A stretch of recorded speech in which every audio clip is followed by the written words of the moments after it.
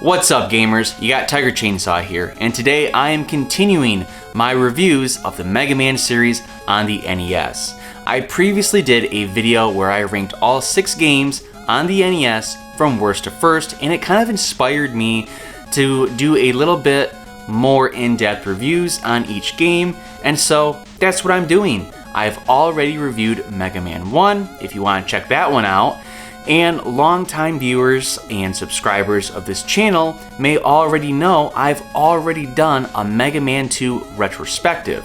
Now that one is very in-depth, it has a ton of aspects to it, and I actually have an interview with Kirk Starr, who was the first player to beat Mega Man 2 without dying.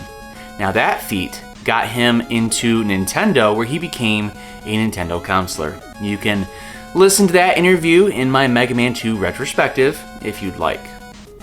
So, Mega Man 2 is the best-selling Mega Man game on the NES. It sold over 1.5 million copies.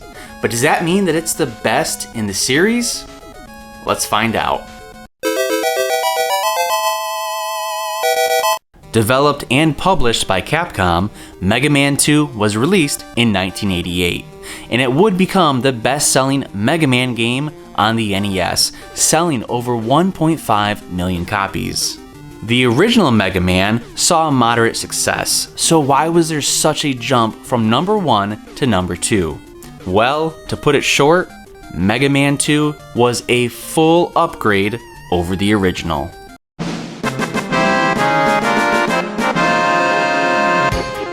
The Mega Man series has never been big on changing up the formula or the plot, so as I review each individual Mega Man game, you can expect the plots to revolve around Dr. Wily and his dream of world domination.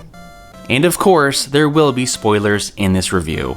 After the closing events of the original Mega Man chose to show mercy on Dr. Wily, which was a mistake, because almost instantly, Dr. Wily begins plotting his revenge. Now in the first Mega Man, Dr. Wily actually put a virus in the Robot Masters to turn them evil.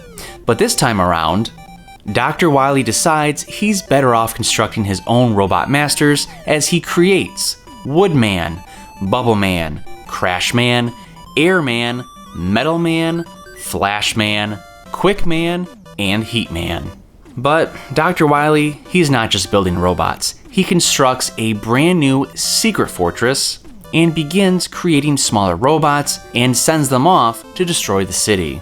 Dr. Light, who has seen the chaos unfold, once again calls on Mega Man. And he does what he does best. He defeats all 8 Robot Masters and makes his way through Dr. Wily's secret fortress. Now the entire fortress is full of booby traps and more killer robots, but Mega Man makes it through it and faces off with an alien. But after defeating it, it just turns out this alien was a hologram that Dr. Wily was controlling. Again, Dr. Wily begs for mercy, and again, Mega Man grants him it.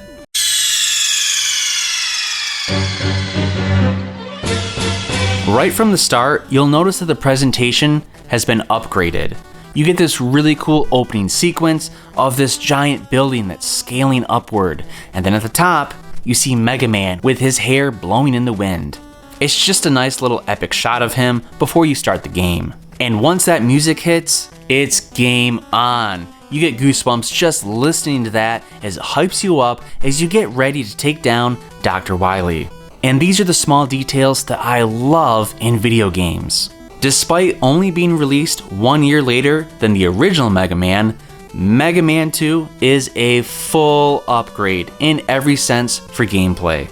When I was traversing through the levels, I noticed that each one of them just felt more detailed, with the backgrounds, and there was more sophistication with gears turning, clouds covering the stage, water raining down, and other small details that really showcase the effort that went into crafting these levels. Now the enemies seem to be a bit more advanced too.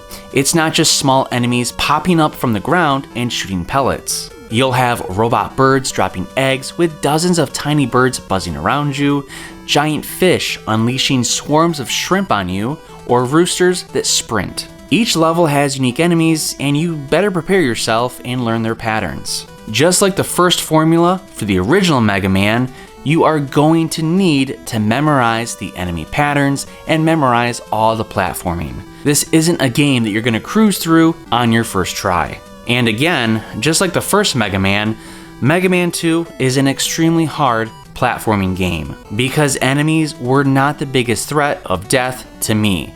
It was all of the crazy platforming that you have to do. I can't count how many times that I got pissed off because I missed a jump or landed on some spikes. Those damn disappearing blocks return, which is the bane of my existence for this series. These blocks require memorization, not skill. If you don't jump at the right time, you'll land in lava or fall off a cliff, which, believe me, I did plenty of times. Thankfully, some of the gadgets that you get will help you bypass those stupid disappearing block sections.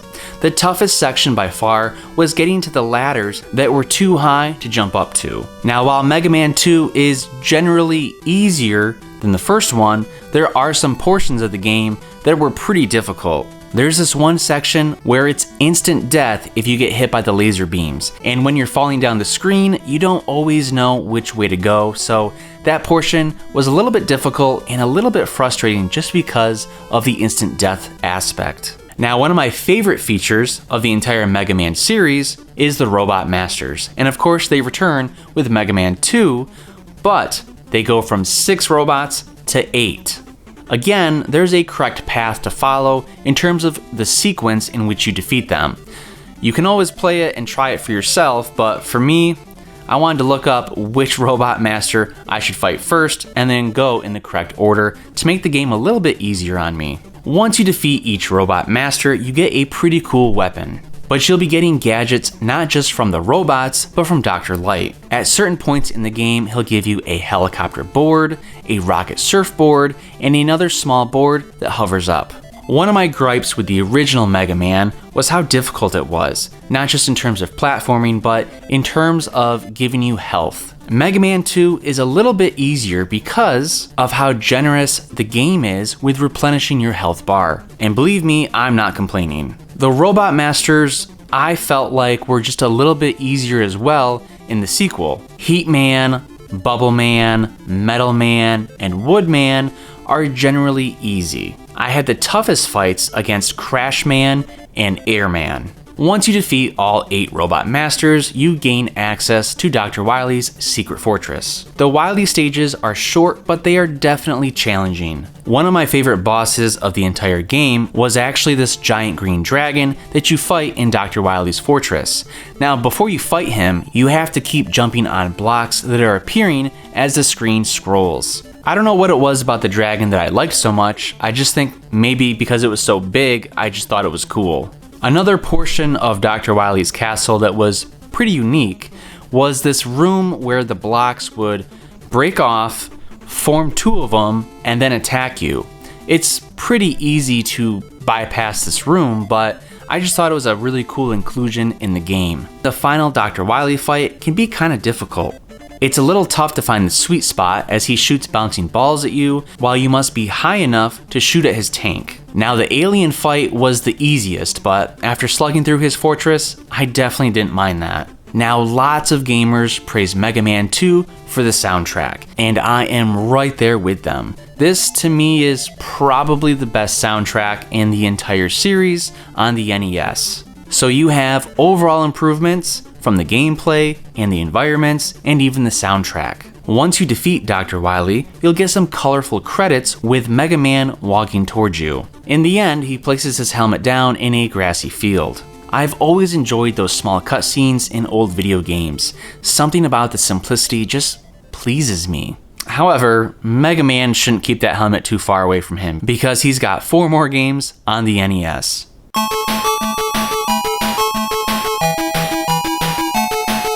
Mega Man 2 is superior to Mega Man. That much almost everyone can agree on. But is it the best on the Nintendo? It's a really tough choice, and for me, no, it's not the best. But it was a huge upgrade over the original, and it did some foundational things that kept the series going. When Mega Man 2 was released, the popularity of the Blue Bomber really took off. But what's my final score for Mega Man 2, and what's it mean? I'm giving Mega Man 2 an 8.2 out of 10. The 8 to 9 range on my grading scale actually means that you need to own this game in your collection. The game is that good. So that was my Mega Man 2 review for the NES. What are your thoughts on Mega Man 2? Do you think it's the best in the series?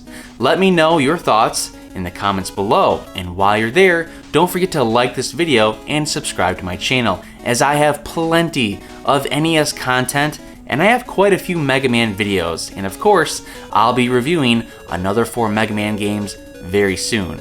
So, as always, thanks for watching, happy gaming, and make sure you play a video game today.